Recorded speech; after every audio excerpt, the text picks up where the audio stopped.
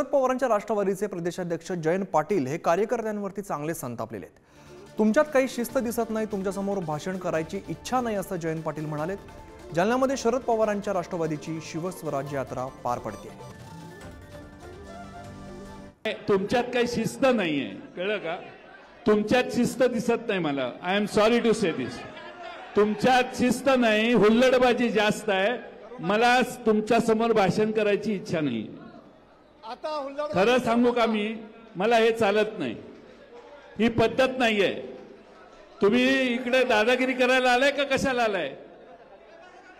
भाषण आहे, सभा चालू आहे, तुम्ही सगळे मेजॉरिटीने बसलेला आहात इथं। तुम्ही शुल्लक कारणावरून कोणी कुठं पोस्टर धरलं म्हणून इथं दंगा करायची काय गरज आहे? ते रावसाहेब दानवेला मदत करायचाच धंदा चाललाय तुमचा सगळ्यांचा।